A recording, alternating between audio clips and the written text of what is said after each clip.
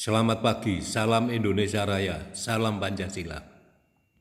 Kawan, sebentar lagi kita akan memperingati 80 tahun kemerdekaan negara kita.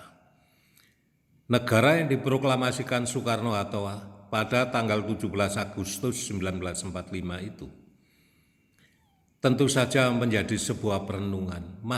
Apakah masih ada negara itu ketika Undang-Undang Dasar 45 diamandemen, kata mereka, padahal sesungguhnya yang terjadi adalah kudeta konstitusi terhadap negara proklamasi. Mengapa begitu? Karena satu, dihilangkannya pokok-pokok pikiran pada pembukaan Undang-Undang Dasar 45 yang terurai dalam penjelasan Undang-Undang Dasar 45 adalah sebuah hal yang sangat penting bagi bangsa ini. Karena stat fundamental norm itu adalah Pancasila, dan itulah sebetulnya dasar kita berbangsa dan bernegara. Yang kedua, dihilangkannya kedaulatan rakyat. MPR tidak lagi mencerminkan kedaulatan rakyat bagi seluruh rakyat Indonesia. Karena apa? Dengan dihilangkannya utusan golongan dan utusan daerah, maka negara ini bukan lagi semua untuk semua.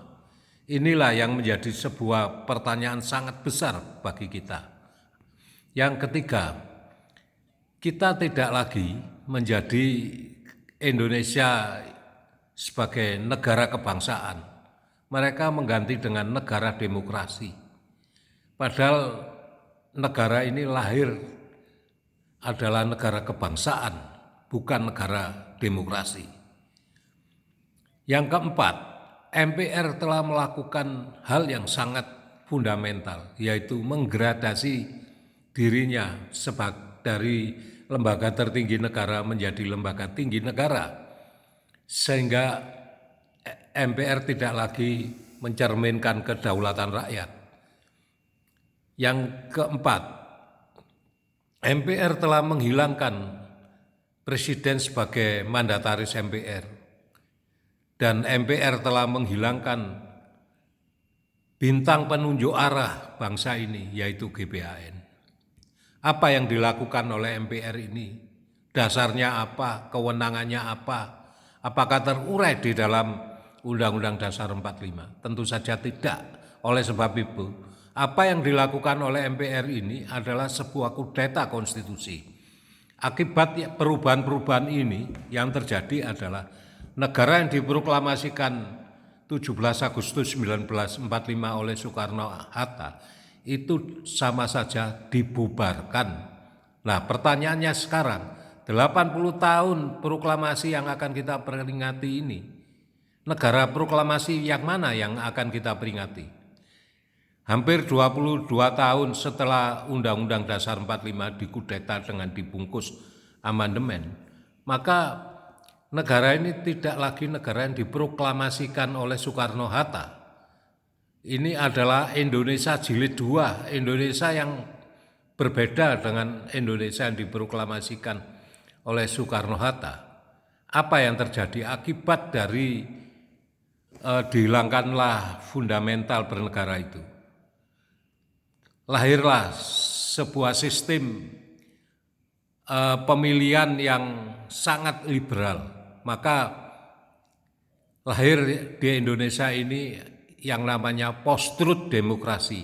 Post-truth demokrasi adalah kebohongan yang terus didengung-dengungkan sehingga menjadi kepercayaan dan menjadi kebenaran. Ini yang terjadi.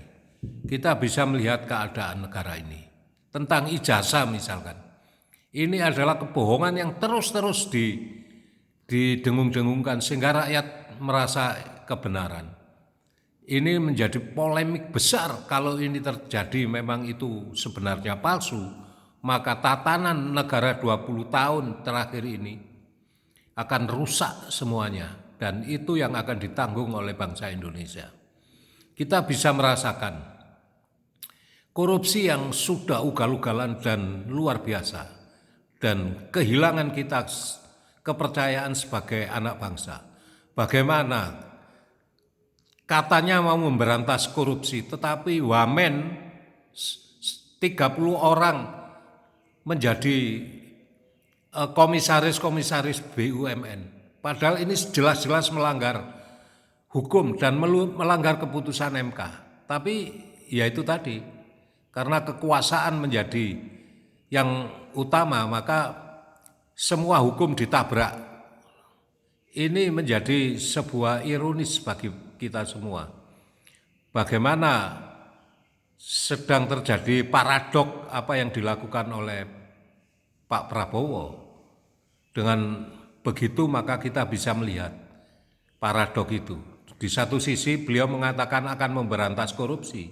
Di sisi lain beliau menciptakan hal-hal yang sangat bertentangan, yaitu mengangkat wamen-wamen ini menjadi komisaris BUMN. Yang mereka itu tidak mempunyai pengetahuan tentang kedudukan-kedudukan itu. Bagaimana seorang Armando menjadi komisaris PLN? Ini sangat luar biasa kalau menurut saya. Yang terakhir ini kita bisa menyimak pernyataan Pak Prabowo.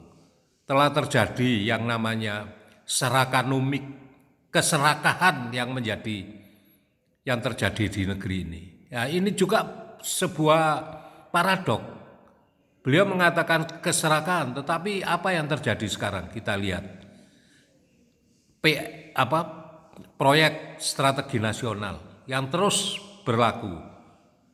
Selama ini kita bisa merasakan kekuasaan mereka telah mengambil hak-hak rakyat, tanah-tanah rakyat diambil paksa dengan menggunakan aparat. Kita bisa melihat contoh konkret dari itu, yaitu PIK 2 PSN. Bagaimana laut bisa disertifikatkan, bagaimana laut bisa dipagar. Tapi apa yang terjadi? Kita hanya melihat pada waktu pembongkaran, tapi sekarang yang terjadi, terusannya bagaimana? Ya itu tadi, serakanomik tetap menang, dan kita sebagai bangsa ini harus melihat semua ini menjadi sebuah kenyataan yang